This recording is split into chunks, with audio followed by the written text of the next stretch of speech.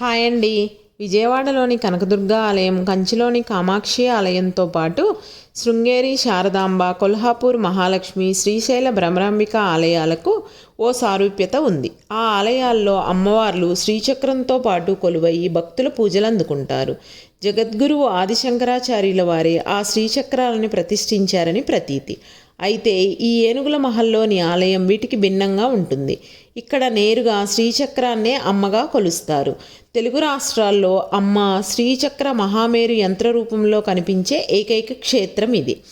ఈ యంత్రాలయాన్ని సాలగ్రామ శిలపై చెక్కారు. ఇక్కడ అమ్మవారిని మహాత్రిపుర సుందరి రాజరాజేశ్వరి అని పిలుస్తారు. ఈ ప్రాంతాన్ని శ్రీనగరం అంటారు. 9 శుక్రవారాలు ఈ ఆలయానికి వచ్చి శ్రీచక్రాన్ని పూజిస్తే కోరిన కోరికలు నెరవేరుతాయని భక్తుల విశ్వాసం. నా వీడియో నచ్చితే please like, share and subscribe.